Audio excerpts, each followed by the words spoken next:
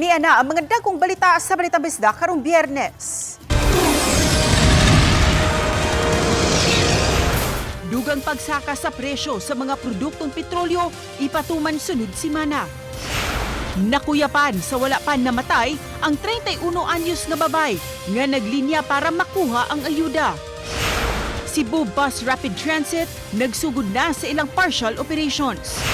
Ug 1,300 ka mga tinunan sa upat ka mga eskwelahan sa Talisay City nakadawat og mga school supplies gikan sa Kapuso Foundation. Kini ang GMA Regional TV, Balitang Bisdak. Maayong hapon, ako si Cecil Kibod Castro. Ipatuman na usab sunod simana ang laing dakong hugna sa pagsaka sa produktong petrolyo. Subay sa projected oil price mega hike sa oil industry sources, 13 ngadto sa 15 pesos ang posibleng pagsaka sa presyo sa krudo, matag litro. Samtang 10 ngadto sa 12 pesos usab ang napanlangtawang pagsaka sa presyo sa gasolina matag litro. 6 pesos usab ang pagsaka sa kerosene matag litro.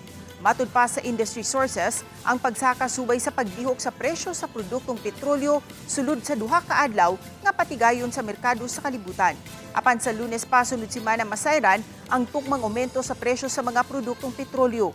Awhag sa Department of Energy sa publiko nga ipahibaw kanila kung makabantay nga adunay mahitabong fuel overpricing pinaagi sa ilang website. Giba na ba nang moabot sa 14,000 ka mga gas station sa tibok nasod ang gimonitor karon sa ahensya. Gipatawag ni Cebu City Mayor Nestor Archival ang kahugpungan sa mga driver o operator sa dakbayan sa Subo tungod sa krisis sa lana nga nakaapekto sa ilang panginabuhian. Gustong masayran sa mayor kung unsa ang gikinahanglang tabang sa transport sector nga mahatag sa dakbayan. Nasayran nga adunay mga driver nga wala na mamasahero tungod kay igo ra sa pagpatubil og lana ang ilang kita ug wala nay madang ngadto sa ilang pamilya. Kinihuman ni patuman og mega fuel price hike ang mga kompanya sa lana ug aduna pay nakatakda nga pagsaka sa presyo. Gikabalakan nga moabot sa 100 pesos ngadto sa 150 pesos ang presyo sa mga produktong petrolyo kung dili mohunong ang gubat sa Middle East. Nang hinaot ang mga drivers ug operators nga mahatagan sila og fuel subsidy sama sa gihimo sa LTFRB. Giparehag sa mayor, posibleng mo request siya sa konseho og budget alang sa fuel subsidy. Giklaro usab sa mayor nga sutaon niya kung aduna pa bay igong pondo ang syudad alang sa naasun katuyuan. Ang atong gipangayo is kani bitong agad-agad nga kuan subsidy, fuel subsidy diri sa atong LGU kay tungod sa pingit panahon ba ang atong transport worker is nag-antos gyud karon panahon na tungod sa kataas sa atong diesel. Asison na ta, at least na nakuya idea kung unsay inyong punto. Kaya maglingkod ko ni balik ni LTFRB kay istorya pa man ni ganina, HNS 18,500 divers. Gipasalig sa city government sa Mandaue, magpadayon ang libreng sakay program nila taliwa ning nagkamahal nga presyo sa krudo. Una ang report ni Nico Sereno. Bisan nagkamahal ang presyo sa gasolina karong panahona ug taliwa sa memorandum nga magdaginot sa konsumo sa krudo para sa mga sakyanan sa gobyerno, gipasalig sa Mandaue City LGU magpadayon ang programang libre sakay sa dakbayan. Nalusad niadtong unang simana sa Pebrero ang duha ka mga minibuses sa syudad nagtanyag og tabang labi na sa mga estudyante kay di na kinahanglang muplete. Apan bisan dili estudyante makasakay rasab niini. Dunay rota gikan sa City Hall padung sa parte sa Uano Avenue, Plaridel Street ngadto na sa Barangay Look ilawom sa First Bridge ug pabalik sa City Hall. Naistorya namo ang mga designated drivers sa libre sakay minibus nga matud pa sakay kaayo labi na buntag ug hapon. Pasalamat ko sa nila. Moingon nga sa doktor nako kana ako. Salamat salamat. Salamat libre sakay. Mao na sila. Labi na ron nga mahal ang kuan. Oh, labi na mahal ang gasolina ron. Mao na siya kay naa sila masakyan libre sakay. Dako kay tabang magkasib-sib man sila. Nya ang uban labi na estudyante, UC mo na guys, salamat taon. Ang akong igasto para pliti ani kuan pa sa lain. Kining mga college students kinahinabi sab namo, miasoy nga sila sab karong panahona mangita og diskarte asa makadaginot og kwarta. Ways siguro mag-save money kay. Lako-lako na lang, di na lang jud maglakaw ba. So, mura na niya. Kanang tiis na lang good sir. Kabahin sa libre sakay, matud ni City Administrator Attorney Gonzalo Maligon, magpadayon kini kay tabang para sa mga estudyante ug sa mga ginikanan taliwa sa sitwasyon karon. Uban ni Godfrey Relien, Nico Sereno, Balitang Bisdak.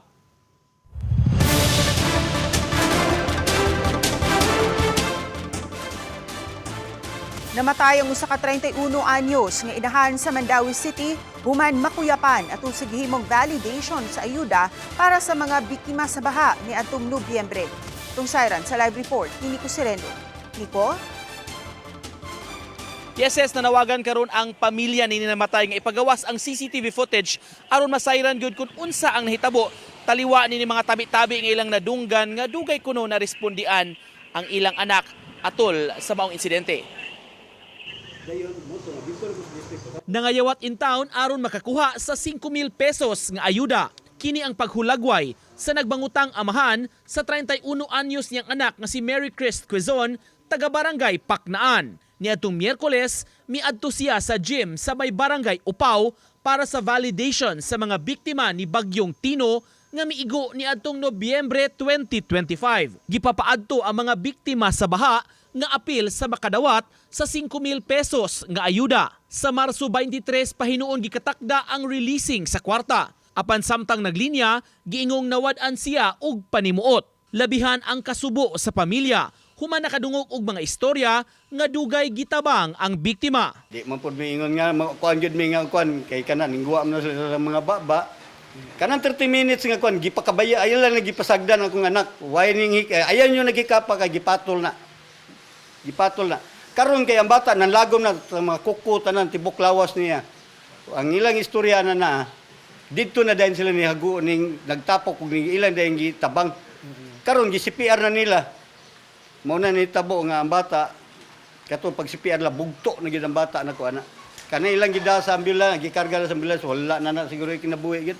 Gipanawagan sa amahan ipagawas ang CCTV footage sa Barangay Upaw sa ilang gym para masayran unsa gyud ang nahitabo ni adtong adlaw. Na din na tungod nga nagingon nga gipatol na. Pugpatol man gani na. Nganong mao ang gid first aid unsa man gid na ang klase nga kuan gid. Naatay BDR mo, naatay mga kuan rescuer nganong mga mainana man na. Grabe. Ang na ko ninyo kong mayor kap kinsa nang imong mga personel diha nga nagpakabayas kong anak na pag-imbestigahan lang yan. Gihimakakinuon sa amahan nga gipatol o dunay epilepsy ang iyang anak. Unom ka buwan ang nakalabay dihang nanganak kini sa iyang kamanghuran. Adunay upat ka mga bata nga gibilin sa 31 anyos nga inahan. Upat ka bukan na kintaw ng gibiyaan kung may kala ng ayuda-ayuda. Nangingin nangayawat gidin taon. Ligid lalim. Kaganiha mibisita ang taga DSWD ug City Social Welfare Office. Kay gikatakdang makadawat og assistance ang pamilya tungod sa pagkamatay ni Mary Christ. Mihimo sab og psychosocial intervention sa pamilya sa namatay. Gihatdan usab sila og usa ka sakong bugas ug duha ka kahon sa mga dilata para kanila. Wala mohatag og statement ang mga nalambigit nga mga departments kabahin sa nahitabo. Ses, gisuwayan unta to pagkuha ang habig sa nalambigit nga mga opisyales sa lain nga mga departamento kabahin ning maong issue apan nagdumili una sila pag-issue og pamahayag. Sa habig usab ni Mandawi City Administrator Attorney Gonzalo Maligon, naghulat pa kuno sila sa incident report kabahin ning maong panghitabo. Una pa mo issue og official statement ang syudad kabahin ni ini. Ses? Dagang salamat, Nico Sereno. Patay ang manag-agaw nga mga minor de edad human ang gisakyan nilang motorsiklo na bangga sa punuan sa lubi sa Provincial Road sa Sitio Kamandang, Barangay Tigis sa lungsod sa Poro sa isla sa Camotes. Ang mga biktima mao sila si alias J, 15 anyos ug alias Jam, 15 anyos usab. Ang duha pulos taga Barangay Calmante sa lungsod sa Tudela sa isla sa Camotes. Nasayran nga si alias J maoy nagmaneho sa motorsiklo samtang ang angkas ni ini mao si alias Jam. Nakadawat ang Toro Municipal Police og tawag gikan sa mga empleyado sa Ricardo L. Maningo Memorial Hospital kalabot sa nahitabong aksidente. Din ang mga biktima gidala sa maong tambalanan. Isusi sa kapulisan ang lugar ug base sa inisyal nga investigasyon, nasuta nga ang mga biktima sakay sa motorsiklo paingon sa ilahang panimay gikan sa lungsod sa San Francisco. Pag-abot sa dapit diin hitabo ang insidente, blind curve ang area. Ug giingong nawagtangan og kontrol ang nagmaneho sa motorsiklo, hinungdan nga nabangga sila sa punuan sa lubig. Kini ang GMA Regional TV, Balitang Bisdak.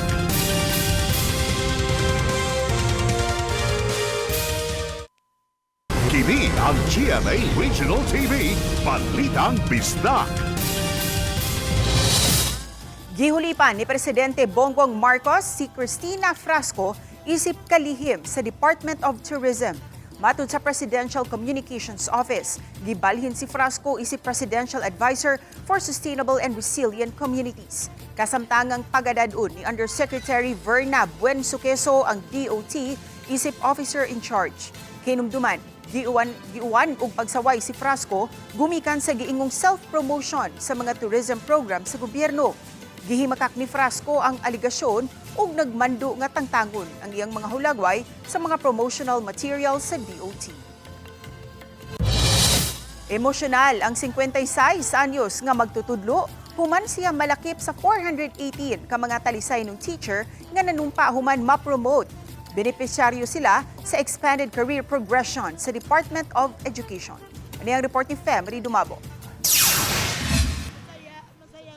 Nakahilak nga nakahinumdum sa mga naagian kining 56 anyos nga magtutudlo sa grade 9 sa Lawaan National High School.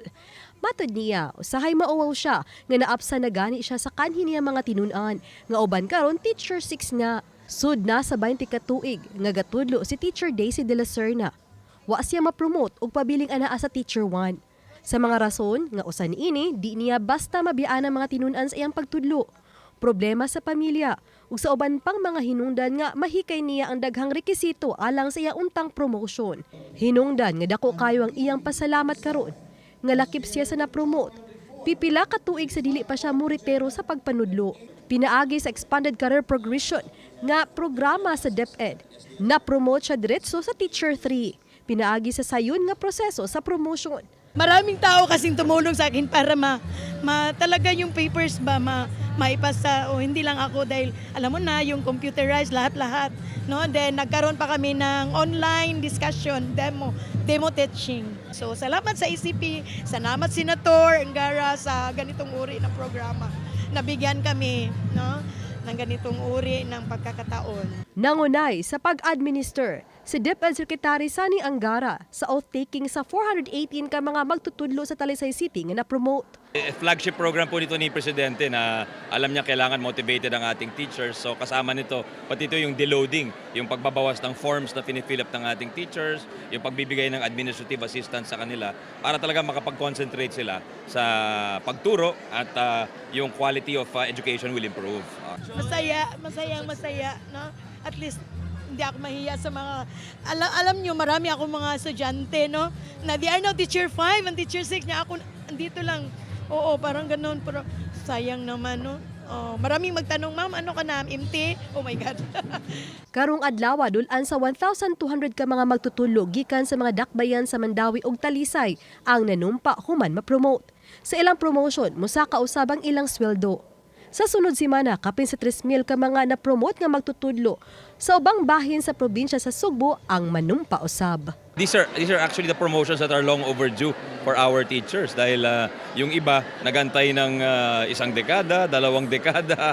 So I think this is something that the President wants to make our teachers feel rewarded. Make it simple, less forms, less bureaucratic. Tsaka pwedeng online i-submit para hindi nagagastos si teacher, di ba? Maano pa siya, mag-off pa siya, hindi. She can do everything while working. Uban ni Cleofer Lumayag, Fe Marie Dumabok. Balitang Bisdak. Mipahimangno ang Department of Education sa mga tunghaan nga himuong yano ug walay gasto ang graduation ceremony ilabi na nga dili mangolekta og amutan sa mga tinunan. Ano Ano ang report ni Alan Domingo? Panahon na usab sa commencement exercise o graduation sa mga tinunan, din sagad ipahigayon sa katapusang bahin nining buwan sa Marso. Subay nini, gipahinumduman ni Education Secretary Sani Angara ang mga tunghaan nga gidili ang pagpangulikta ug amutan sa mga tinunan. Kini aron dili mabugatan ang mga bata ug ang mga ginikanan sa kalastuhan atol sa iyang pagtapos sa pagtungha. Apil sa gisugyot sa DepEd ang pagdaginot sa ubang mga kalastuhan sama sa venue nga himuon na lang sa eskwelahan o sa dapit nga dili na mo gasto pa ang mga ginikanan. May utos din tayo na no unnecessary expense. At saka yung no deduction policy natin, no forced collection policy is still in force. So nire-remind lang natin, every graduation nire-remind natin ang ating mga magulang na pag ayaw ng parents, walang added cost dapat sa pag-graduate. Haom ang maong lakang sa nasinati karon nga krisis tungod sa pagsaka sa presyo sa mga nagunang palaliton, subay usab sa pagsulbong sa presyo sa lana. Samtang ipadayag ni Sekretary Angara nga mopatuman ang matunghaan og mga pamaagi nga makadaginot sa ilang resources, lakip nini ang konsumo sa kuryente, fuel sa masakyanan ug uban pa. Gipatuman na sa DepEd ang 4-day work week alang lang sa mga non-teaching staff. Hinoon, doon na pa'y mga laka nga ilang gitunan aron matabangan ang matinunan, magtutudlo og mga ginikanan nga apektado sa krisis tungod sa mega fuel price increase. Yung pagpatay ng ilaw, pagpatay ng gripo, pag hindi kailangan, pag-share ng resources, very, very practical and measures to tayo. Tapos kung may panggastos tayo sa MOE, sana bumili tayo ng solar panels, di ba? Para mas matipid ang babayaran natin every month. Mahal sa umpisa pero later on, for yung monthly mo mababawasan. No? Kauban si Clover Lumayag ug Rod Prado, ako si Alan Domingo. Balitang Bisdak. Gisugda na ang initial operation sa Cebu Bus Rapid Transit kung CBRT karong adlaw. Nagikan ang rota sa Il Corso sa SRP ngadto sa IT Park sa Lahub. Din gigamit niini ang CBRT lanes sa Package 1 corridor. Misakay sa unang biyahe si Cebu City Councilor Winston Pipito alang sa unang experience sa CBRT run. Ang mga bus muhunong aron mupakanaog ug mupasakay og mga pasahero sa mga CBRT stations. We're expecting dapit dili na jud ma-traffic ang atong mga buses nga wagi diha. Kini ang GMA Regional TV, Balitang Bisdak.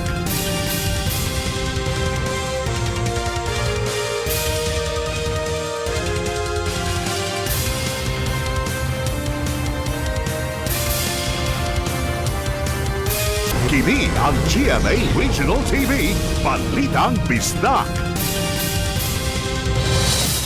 Gahom sa kababayenhan kini ang gipakita sa mga babaeng pulis atol sa close quarter battle demonstration sa Cebu Police Provincial Office. Kini subay sa Women's Month celebration. Tungsayran sa report ni Alan Domingo.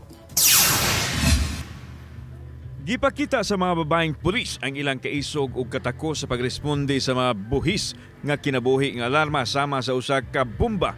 Gamit ang ilahang long ug short firearms ug naka-full battle gear di numero. Og mainampingon ang paglihok sa mga babaeng sakop sa Mobile Force Company sa usa ka bomb alarm. Hangto nakuha nila og gi-detonate ang bomba. Adunay usa ka sakop nila nga naangol og daling gi-rescue ug gidala sa medical facility. Usa lang kini ka demonstrasyon nga nagpakita nga kung unsay mahimo sa lalaki mahimo usab sa babae sa natan sa law enforcement. Kabahin kini sa Women's Month celebration sa Cebu Police Provincial Office nga gitambungan sa babaeng gobernador sa lalawigan, Pamela Baricuato. Una niini gipahigan paghatag og pasidungog sa mga babae dili lang gikan sa hanay sa PNP kundi apil usab ang mga katambayayong nila sa kabarangayan o Barangay Peacekeeping Action Team. Human sa awarding gipahigan usab ang pass in review sa mga babaeng tigpatuman sa balaod. Sa iyang mensahe gipasalamatan sa gobernador ang natampo sa women's sector sa nation building o gidasig nga magpadayon sa ilang kausa. Believe in yourself. Believe you can and will. Stay strong. Dream, believe, and achieve. Misaksi sa kalihukan ang mga opisyal sa CPPO, pinanguluhan ni Police Colonel Abubakar Udang Mangilin Jr., Provincial Director. Samtang nagsaulog usab ang kapulisan sa Dakbayan sa Sugbo o Cebu City Police Office, di nagkariyang kalihukan ang gihimo sa mga women in uniform. Gisulob una nila ang uniforme sa pagsumba isip pagpagaan sa month-long celebration. Kini atong Women's Month ang pag-ilan ni siya sa contribution sa atong kababayenan sa nation building. Pag-ila pod kani pag-encourage nato sa mga kababayenan sa ilang contribution sa mga leadership o gang usanana o sapod kanang raising awareness na lang pod. Kauban si Godfrey Relian o Rod Prado. Ako si Alan Domingo. Balitang Bisdak. Kapin sa 11,000 ka mga binhi sa bakaw ang gitanom sa kabaybayunan sa Barangay Tubigag Manok sa lungsod sa Asturias sa lalawigan sa Sugbo sa miaging Marso 8. Gipasiugdahan ang mangrove tree growing activity sa mga sakop sa 14th CMO Katipunan Battalion nga gilangkuban sa 800 ka mga sakop sa 37 ka mga units sa Philippine Army, uban usab sa Philippine Army Cares Program. Uban sa tema nga ang inyong kasundaluhan inubanan sa mga komunidad muabag sa pagpaligon sa baybayon, bakhawan atong amumahon. Misalmot usab sa mangrove tree growing activity ang ubang mga ahensya sa kagamhanan, mga community volunteers ug ubang pundok nga nag-amuma sa kalikupan ug sa coastal preservation. Gipasabot ni Lieutenant Colonel Norly Oropesa, Battalion Commander sa 14th CMO Katipunan Battalion, nga ang maong programa subay sa kalibutanong pag-ila sa Philippine Mangrove nga usa sa labing dakong matampo isip natural ecosystem alang sa carbon storage ug food protection. Makatabang usab ang mga bakaw aron kaminusan ang epekto sa climate change. Maggagawa po ulit ng mga aktibidad, proyekto upang maulit ito dito sa lugar ng Cebu.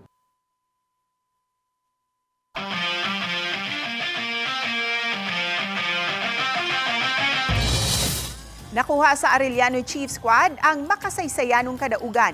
Human maangkon ang ika-7th peat sa NCAA Cheer Dance Competition. Gipakita sa Arellano ang kulbahinam nga mga stunts aron mapawaw ang judges. Matud si ilang captain nga communication ug teamwork ang ilang sekreto sa kadaugan.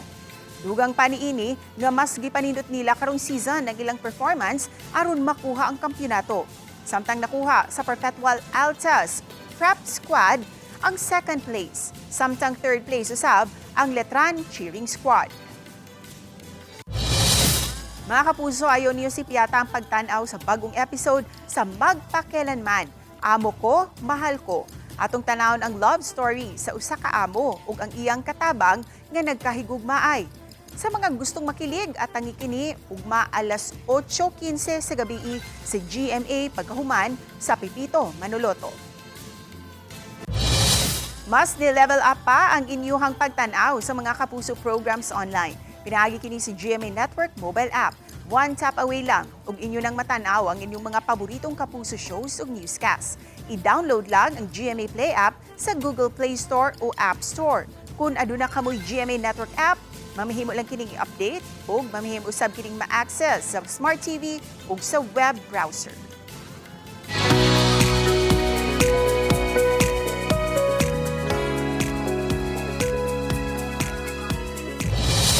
Pahingusgan ang advocacy campaign ug mga seminar kabahin sa animal welfare. Kini ang gisugyot sa mga animal rights group ngadto sa mga local government units aron malikayan ang abuso sa mga hayop. Ano ang report ni Nico Sereno? Buwan sa Enero na baniog sa Mandaue City ang pagkamatay sa usa ka iro human gingong gibunalan dapit sa usa ka tindahan daplin sa Dan. Ang maong insidente misangpot sa kinihaay kay disinido gyud ang tag-iya nga mapatubag ang gingong responsable. Aron malikayan ang mga insidente susama niini, buot karon sa mga animal rights advocates mapahingusgan ang pagpasabot sa katawhan. Sa pakigmeeting tali ni Mayor Jongki Uwano sa makadagkuan sa City Veterinary Office, Department of Agriculture ug mga advocacy groups, usa kini sa nahisgutan. Kundiin misugyot sila sa pagpahigayon og training o seminar sa mga pulis ug barangay staff kabahin sa animal welfare issues ug mga balaod kabahin niini. And school and subdivision for pet responsible pet ownership. So that's very important nga doon ta mag-start sa pinaka-root, no? Doon tayo mag-start sa pinaka-problem, yung educational campaign. It's already a special law, so criminal act na siya karon ang abuses sa animals. So, dako na sa financial penalty ron. Oh, kung mamatay sa imong abuse, that's only 100,000 fine. O niya, ang imong prisuan na 1 year and a half. Importante matud pa nga mapahibaw ang tanan, dili lang mga law enforcers para malikayan gyud ang mga kaso sa animal abuse. Di mi ganahan moabot to that point, mas ganahan mi na makat-on lang gyud ang mga tao nga dili na lang gyud mag-abuse. Oh, okay, we are not here for prosecution, we are here for you to learn and respect animals. Nico Sereno, Balitang Bisdak.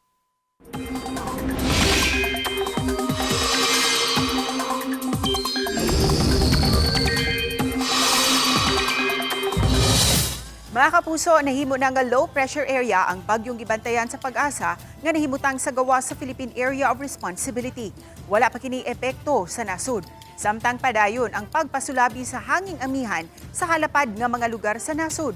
Tungod niini, mapaabot nga bugnaw ang hangin. Mapaabot usab ang mapanganuron nga kawanangan uban sa hinay nga pag-uwan-uwan. Subay sa rainfall forecast sa Metro Weather, posibleng masinati ang hinay nga pag-uwan-uwan sa Leyte Province. Apan ubos ang posibilidad nga uwanon ang ubang lugar sa Central ug Eastern Visayas. Muabot sa 1,300 ka mga tinun-an sa kinder o grade 1 sa upat ka mga eskwelahan sa Talisay City ang nakabenepisyo sa unang hakbang sa kinabukasan program sa Kapuso Foundation. Tungsayran sa report ni Family Dumabo. Merry Christmas and a Happy New Year! #Tabang para sa Biasong Elementary School! Disyembre sa miaging tuig, namasko kining mga magtutudlo og prinsipal sa Biasong Elementary School sa mga kapuso aron matabangan ang ilang mga tinun-an sa gikinahanglang mga school supplies. Kini human bahai ang ilang tunghaan, dinapektado sa ilang mga tinun-an sa grabing baha sa bagyong Tino ni adtong November sa miaging tuig. Gibanlas uban sa ilang mga panimay ang ilang mga uniforme ug school supplies. Sa unang hakbang sa kinabukasan sa GMA Kapuso Foundation, laki pa mga tinun-an sa Biasong Elementary School ang benepisyaryo sa mga school supplies. Thank you very much, thank you. 1, 2, 3, we love you. #God loves a cheerful giver.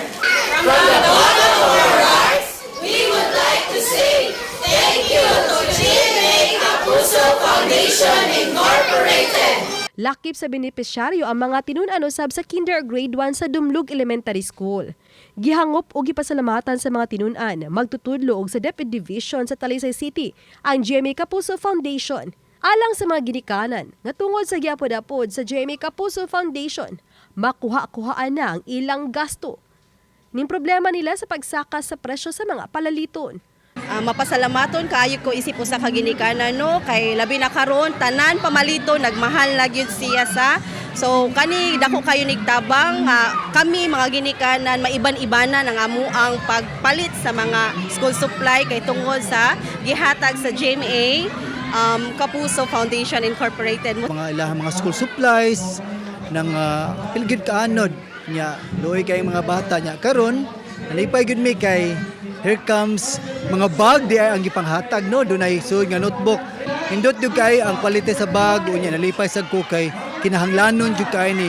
Nakabenepisyo sa pipila ka mga tinun-an sa eskwelahan sa Puok ug sa Barangay San Isidro. Moabot sa 1,300 ka mga kinder o grade 1 pupils ang nakabenepisyo sa Talisay City. Unang hakbang sa kinabukasan, this is a yearly project of GMA Kapuso Foundation. Ganahan ang GMA nga ma-inspire ang mga bata, ma-eskwela gyud tungod sa ilang mga bag-ong gamit.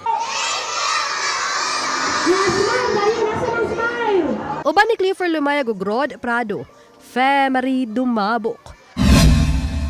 Balitang Bisdak.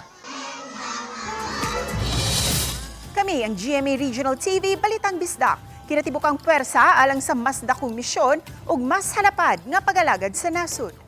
Maayong hapon mga kapuso ug happy weekend kanatong tanan.